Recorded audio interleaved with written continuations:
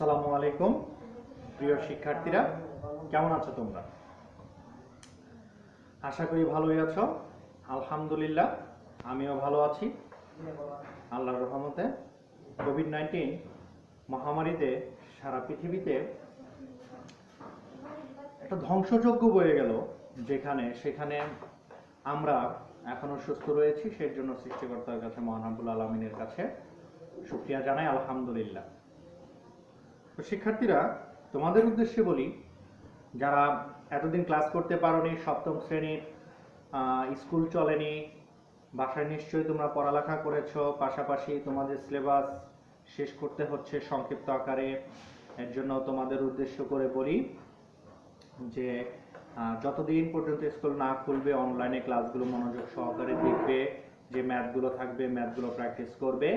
আজকে আমি তোমাদের সামনে তোমাদের প্রিয় শিক্ষক আজিম স্যার, মোহাম্মদ আজিম হোসাইন, সহকারী শিক্ষক, মামদুমুল্লাহ উচ্চ বিদ্যালয় থেকে তোমাদের জন্য সাধারণ গণিতের একটি অনলাইন ক্লাস রেডি করছি।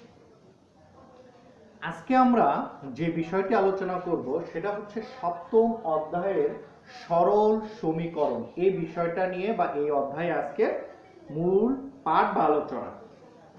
সরল সমীকরণের কিছু বিধি রয়েছে। বিধিগুলো যদি আমি একটু আলোচনা করি তোমাদের সাথে, তাহলে আমি পাবো যোগ ও গুণের বিধি। যোগ ও গুণের বিধি কি? ধরো a প্লাস বি সমান সমান বি প্লাস এ, এটুকু আমি লিখতে পারি। গুণের বিধি কি? a গুণ বি সমান সমান বি গুণ এ। এইটুকু পর্যন্ত আমি করতে পারি। এটা হচ্ছে গুণের বিধি। আমি যদি বলি গুণের বন্টন বিধি, এটা হলো 1 নাম্বার। এটা হচ্ছে যোগ ও গুণের বিধি। 2 নম্বর যেটা রয়েছে সেটা হচ্ছে বন্টন বিধি। বন্টন বিধিটা কি? আমি যদি এখানে a into a plus b চিন্তা করি, তাহলে আমি এখানে লিখতে পারবো a এবং a গুণ করলে a স্কয়ার প্লাস a এবং b গুণ করলে এই a এবং এই b গুণ করলে ab।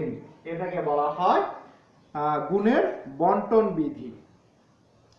তারপরে এই বিধিগুলোর পাশাপাশি সমীকরণের আরো কিছু বিধি রয়েছে, সেটা হচ্ছে পক্ষান্তর বিধি। পক্ষান্তর বিধিটা হচ্ছে শিক্ষার্থীর এই ধরনের যে 2b মাইনাস এর 8 সমান সমান 0।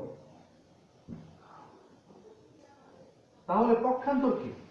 বাম পক্ষ থেকে ডান পক্ষ নেওয়া বা ডান পক্ষ থেকে বাম পক্ষে আনা, এটাই হচ্ছে পক্ষান্তর। তাহলে আমি এখানে 2b সমান সমান 8, এই পাশে মাইনাসের 8 আছে, মাইনাসের 8 যদি স্থান বিনিময় করে ও পাশে চলে যায় তাহলে আমার প্লাসের 8 হয়ে যাবে। এটা হচ্ছে পক্ষান্তর বিধি। এটা হচ্ছে যোগ বিয়োগের পক্ষান্তর বিধি।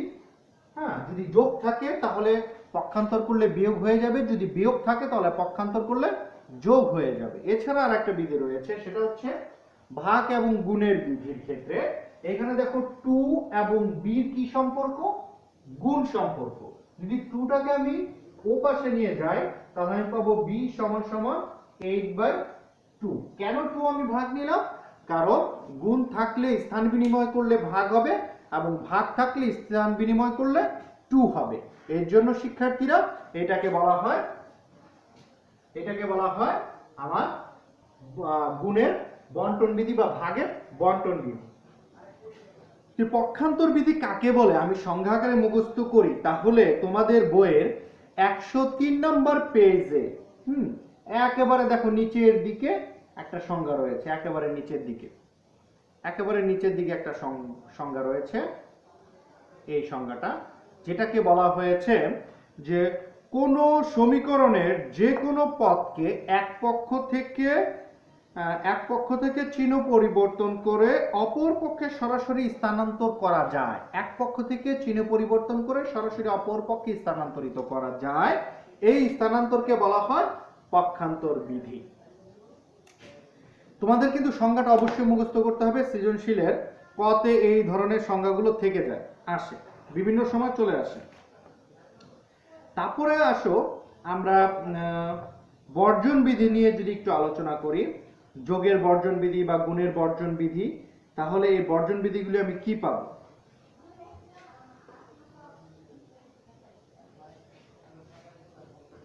যদি আমি বর্জন বিধি অনুযায়ী যাই, যোগের বর্জন বিধি,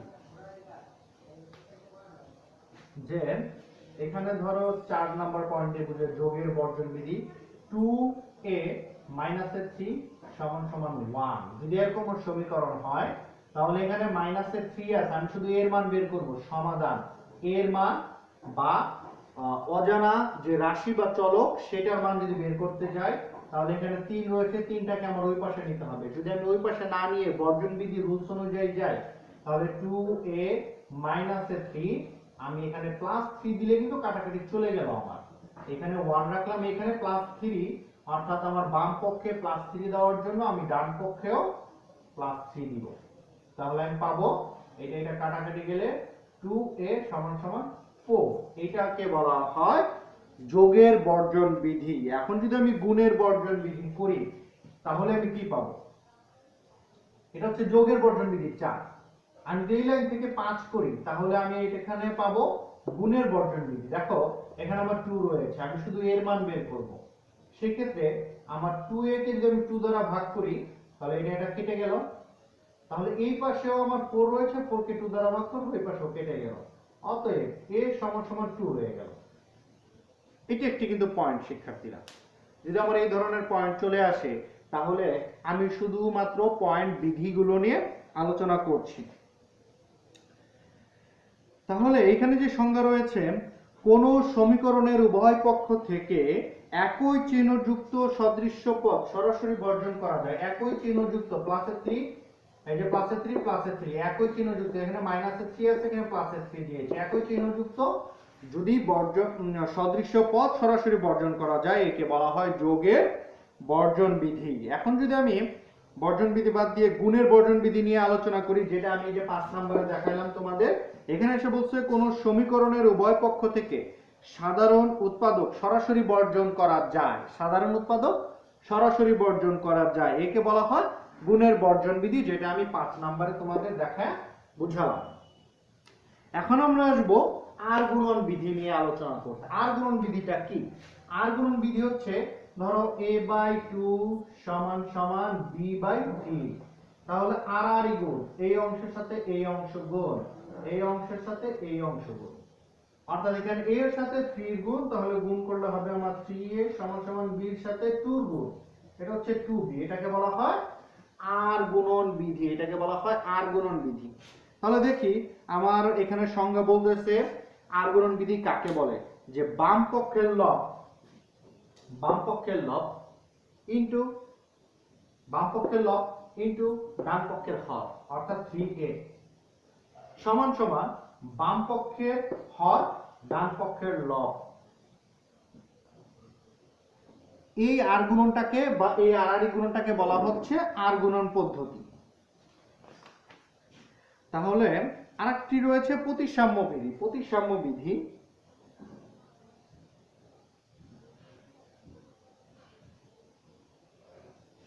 প্রতিসাম্য বিধি নিয়ে যদি আমি আলোচনা করি শিক্ষার্থীরা,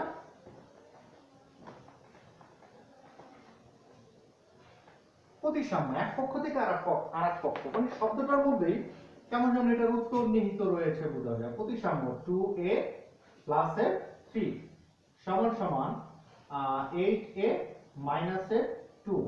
যদি আমি এই সম্পূর্ণ সেটকে, অর্থাৎ আমার ডান পক্ষে যেটা আছে সেটা যদি আমি বাম পক্ষে নিয়ে আসি তাহলে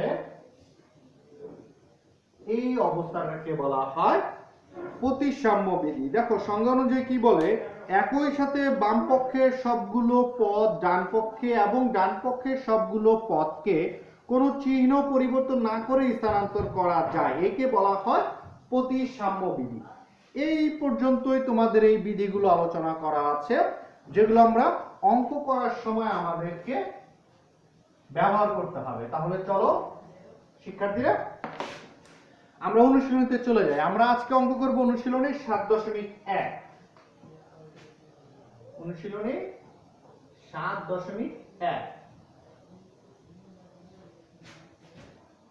এক নম্বরে এসে বলছে আমাকে 4x প্লাসের 1 সমান সমান 2x প্লাসের 7। এই অঙ্কটাকে যদি আমরা করি তাহলে দেখো এক লাইনে যেহেতু দুইবার সমান সমান হয় না, কখনো এক লাইনে দুইবার সমান সমান দেওয়া যায় না, তাহলে এখানে আমি অর বা ব্যবহার করতে পারি, অথবা এখানে ঠিক এই ধরনের অ্যারো চিহ্ন দিয়ে দিতে পারি আমি।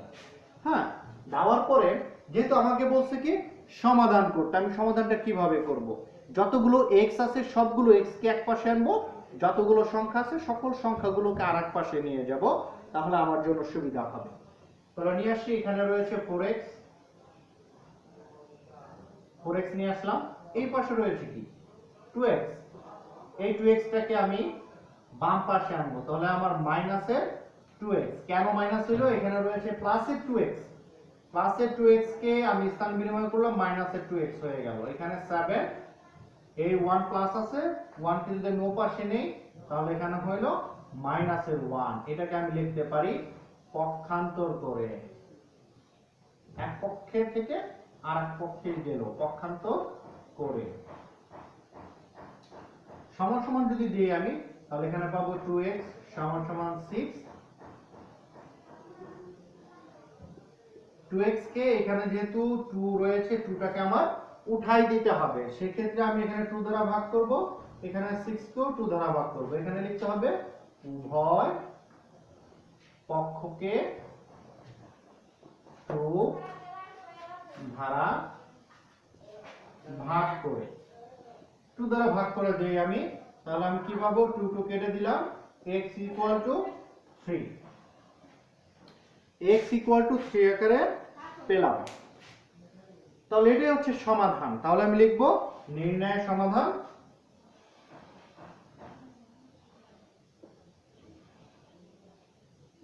সমাধান x = 3।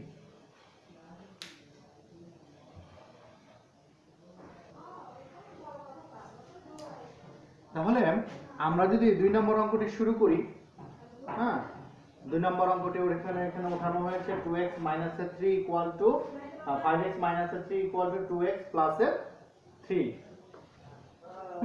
এখান থেকে যদি আমি করি তাহলে দেখা যাবে আমার x গুলোকে আমি এক পাশে নিয়ে আসবো, সংখ্যাগুলোকে আর এক পাশে নিয়ে যাব পক্ষান্তর বিধির মাধ্যমে। তাহলে 5x - 2x = 3 + 3, 3x = 6। এখানে কিন্তু সাইন নোট অবশ্যই দিতে হবে পক্ষান্তর করে।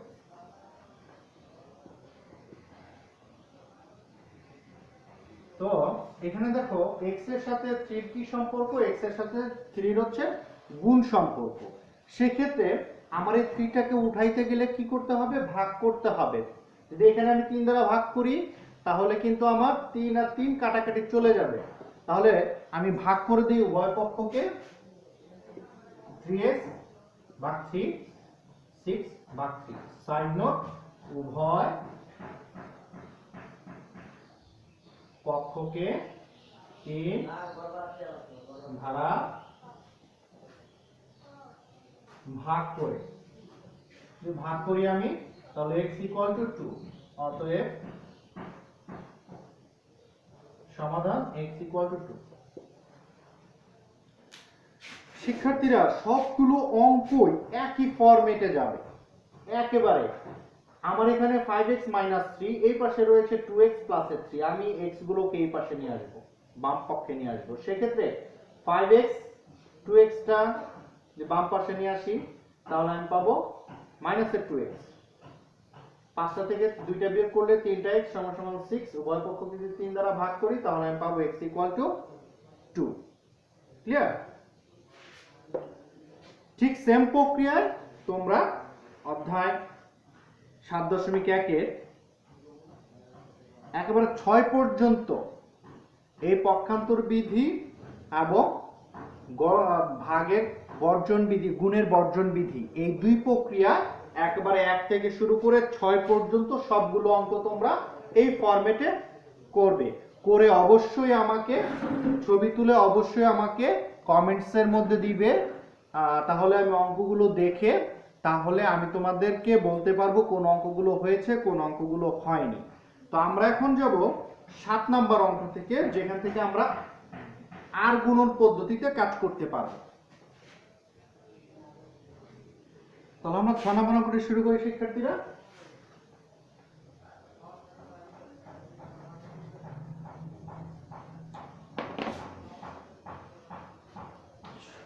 6 না সরি 7 7 থেকে 7 এ আমাদের বলা হচ্ছে x/4 ইকুয়াল টু 1/3। 1 থেকে 6 পর্যন্ত প্রথমে পক্ষান্তর করেছি, পক্ষান্তর করে সবগুলো অংশকে আমরা একটা অংশে নিয়ে এসেছি। এখন কিন্তু পক্ষান্তর নয়, এখন হচ্ছে আর গুণন বিধি, যেটা আমরা করেছিলাম যে বাম পক্ষের লব ডান পক্ষের হর সমান সমান গুণ বাম পক্ষের লব গুণ ডান পক্ষের হর, বাম পক্ষের হর গুণ ডান পক্ষের লব। আর যদি গুণ করি আমি, তাহলে আর গুণন পদ্ধতি অনুযায়ী পাচ্ছি x এবং 3 গুণ করলে 3x, আবার বলি x এবং 3 গুণ করলে 3x সমান সমান 4 এবং 1 গুণ করলে হবে আমার 4। সাইড নোট লিখতে হবে আর গুণন করে।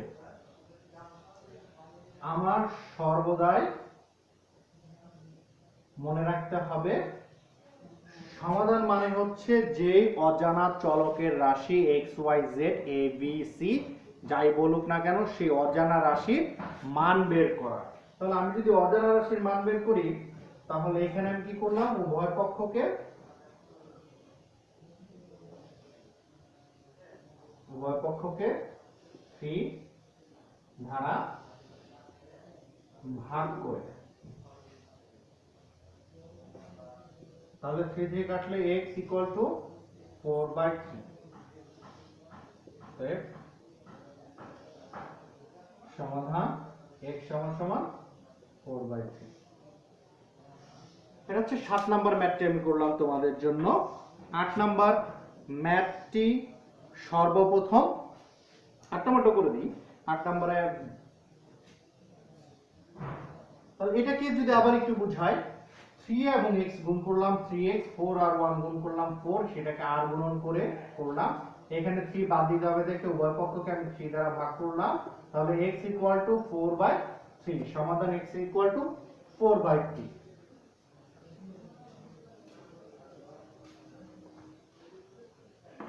8 নম্বর অঙ্কটি যদি আমরা করি, 8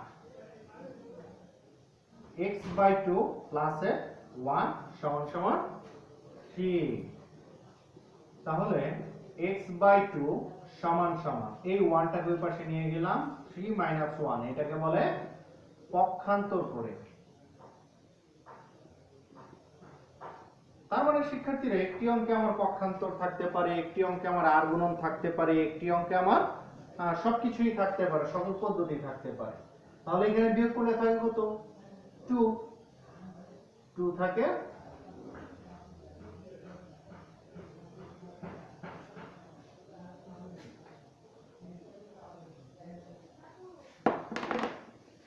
তাহলে এখানে আমি লিখতে পারি x/2 সমান সমান 2। এইখানে আমার শুধু x এর মান বের করতে হবে। এর আগে কি ছিল শিক্ষার্থীরা, আমার x এর সাথে যে সহগ ছিল সেটাকে সেই সহগ দ্বারা আমি হর লব left hand side right hand side উভয় পক্ষকে আমি ডিভাইড করে দিয়েছি বা ভাগ করে দিয়েছি। এখন বিষয় হচ্ছে এখানে তো ভাগ আকারে রয়েছে, এটাকে যদি আমি উঠাইতে যাই তাহলে উভয় পক্ষে যে সংখ্যা থাকবে সেই সংখ্যা দ্বারা উভয় পক্ষকে গুণ করতে হবে। তাহলে আমি এখানে গুণ করি x/2 গুণ 2 সমান সমান 2 গুণ 2। তাহলে উভয় পক্ষে উভয় পক্ষ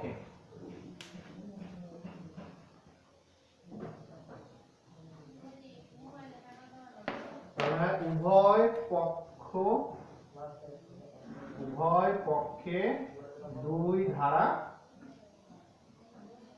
গুণ করে, উভয় পক্ষে আমি 2 দ্বারা গুণ করে দিলাম। এই টু কাটাকাটি চলে গেলে আমার থাকতেছে x ইকুয়াল টু 4। সমাধান x ইকুয়াল টু 4। তাহলে শিক্ষার্থীরা আমরা 1 থেকে 8 পর্যন্ত যে অঙ্কগুলো আছে এই অঙ্কগুলোকে আলহামদুলিল্লাহ শেষ করতে পেরেছি। তারপরে পরবর্তী যে অংশগুলো আছে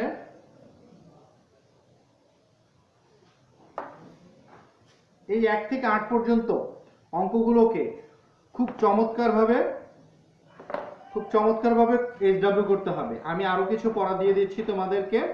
তোমরা অনুশীলনের একেবারে শুরু থেকে 102 পৃষ্ঠা থেকে একটু মনোযোগ সহকারে দেখবে। যোগের ও গুণের বিনিময় বিধি, গুণের বন্টন বিধি, তারপরে দেখবে পক্ষান্তর বিধি কি, পক্ষান্তর বিধি কাকে বলে সেই সংজ্ঞাটি মুখস্থ করবে। মুখস্থ করতে হবে যোগের বর্জন বিধি, মুখস্থ করতে হবে গুণের বর্জন বিধি, মুখস্থ করতে হবে আর গুণন বিধি, মুখস্থ করতে হবে প্রতিসাম্য বিধি। এই সংজ্ঞাগুলো মুখস্থ করে SW আকারে ছবি তুলে তোমরা কমেন্টস বক্সের মধ্যে দিবা এবং আমি সেগুলো 1 বাই 1 করে চেক করে আমি তোমাদেরকে ফিডব্যাক জানাবো। তারপরে হচ্ছে 7.1 এর 1 থেকে 8 পর্যন্ত অঙ্কগুলোকে খুব চমৎকার ভাবে করতে হবে। যেই অঙ্কটা যেই পর্যন্ত করতে পারবা সে পর্যন্তই করবা, না পারলে পেজ ফাঁকা রেখে দিবা এবং ছবি তুলে আমাকে কমেন্টস বক্সে পাঠাইলে আমি বুঝবো যে তুমি এই লাইন পর্যন্তই বুঝেছো। সাপোজ তুমি ধরো এই লাইন পর্যন্ত 3 নাম্বার লাইন পর্যন্ত বুঝেছো, তারপরে আর বুঝতেছো না কিভাবে করবা, ছবি তুলে যদি পাঠাও বাকি দুইটা লাইন কিভাবে করবা আমি তোমাদেরকে বুঝাই দিব এবং বলতে পারবো। তাহলে পরবর্তী ক্লাসে তোমাদের অঙ্কটি আরো সহজ হবে। তো আজকের মতো এই পর্যন্তই। অনলাইন ক্লাস শেষ করব সপ্তম শ্রেণীর জন্য। তোমরা বাসায় থাকো, সুস্থ থাকো, সব সময় হাত ধোও, সাবান দিয়ে হাত ধোও, পরিষ্কার থাকো। সর্বোপরি 5 ওয়াক্ত ওযু করে যদি 5 ওয়াক্ত নামাজ পড়ো আলহামদুলিল্লাহ, মহান রাব্বুল আলামিন আমাদের সুস্থ রাখবেন, এই বিষয়ে কোনো সন্দেহ নেই। কারণ আমরা মুসলমান, আমরা আল্লাহ তাআলার উপর ভরসা রেখে বিশ্বাস রেখে আমরা বেঁচে আছি। বাসায় থাকতে হবে, পড়ালেখা করতে হবে। তোমাদের এক্সাম কিন্তু এখন পর্যন্ত কোনো ডিসিশন আসে নাই, তবে স্কুলের পরীক্ষাটি হওয়ার সম্ভাবনা খুবই খুবই খুবই বেশি। সেক্ষেত্রে কিন্তু তোমাদেরকে এই পরীক্ষায় অংশগ্রহণ করতে হবে, তার জন্য তোমাদের বাসায় প্র্যাকটিস করতে হবে। ভালো থাকো, সুস্থ থাকো এই কামনায় আজকের মতো সপ্তম শ্রেণীর গণিত ক্লাস এখানে শেষ করছি। আমি মোহাম্মদ আজিম হোসেন, সহকারী শিক্ষক, মামদুল্লাহ উচ্চ বিদ্যালয় থেকে অনলাইন ক্লাসের আজকের মতো সমাপ্তি ঘোষণা করছি। আসসালামু আলাইকুম ওয়া রাহমাতুল্লাহি ওয়া বারাকাতুহু।